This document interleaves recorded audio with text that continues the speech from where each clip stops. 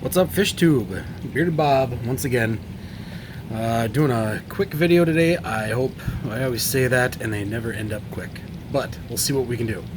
So this is just kind of showing you what I do to catch Cyclops, freshwater copepods.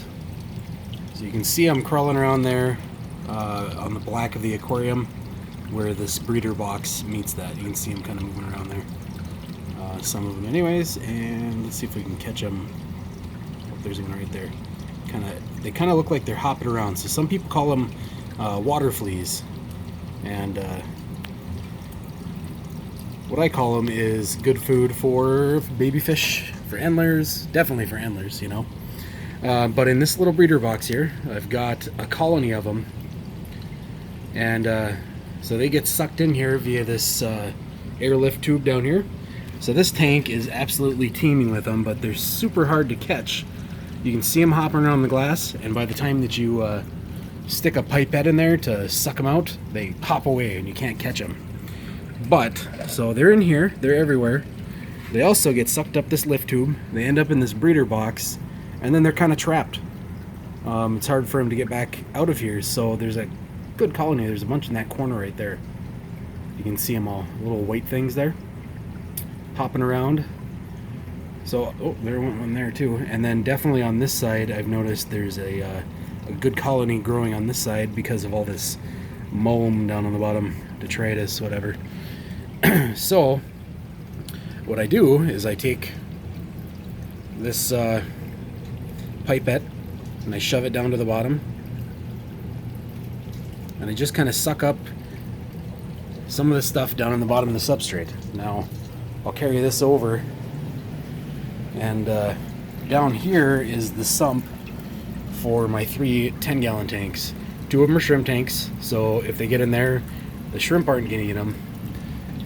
But over here, I've got a colony of rainbow tiger endlers that just started growing, and I've been adding Copepods to this sump down here, so I'll add half into this side, in the filtered side, and half into the non-filtered side. So that would be I got a rock stuck in there. Nice, real nice.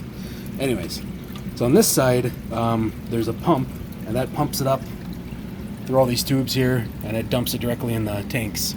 So there's no filter besides the matin filter now, and I guess a couple of sponges that I left in there just to kickstart the cycle on new tanks for a hanging back filter or whatever. So what I do is I move them down into here, and I'm trying to get a big colony breeding down here, because I'm pretty sure they can permeate through this matin filter. It's only 30 ppi pores per square inch there. So I think if we sat here and looked, we might be able to even pick some up. Maybe one right there.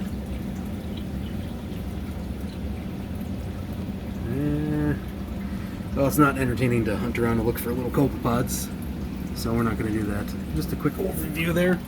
But eventually, like I said, they make it into this tank, and that's kind of feeding this colony when I'm not here to feed it every day. And these guys are doing very well. There's 7 of them in here still, or 6 of them in here, I should say. All 6 of those survived from the original bag that got shipped. They all came in as tiny fry. So I've been feeding them Copepods for, a month, I think now. And they're just getting to this size. One of them, one of the males has got a lot of this color. There's another male that's kind of starting to color up still, but not quite there. And Cyclops is a pretty good food for these guys because it has some color enhancing properties to it, from what I understand. I'm not a scientist. Don't take my word for it. Google it, whatever. Anyway, going back to this. So anyways, those copepods get sucked up in the pump down there and get spit out into all these aquariums. And I also, when I'm starting a new tank that I know fish are going to go in, and it hasn't happened for a little while here yet, but this tank in particular and my other Blue Star Endler tank both got copepods started in them before I got the fish. So it gave them a little bit of time to kind of colonize in there. And it's doing a little bit of the feeding work for me, so I don't have to worry about it so much. I do feed them daily when I'm home, but like this past weekend I was out camping with the family for the weekend, so 3 days of camping, and none of these guys got any food. This tank, I don't think any Copepods would ever survive. There'd be no Cyclops in this tank. There's just too many fish, I think.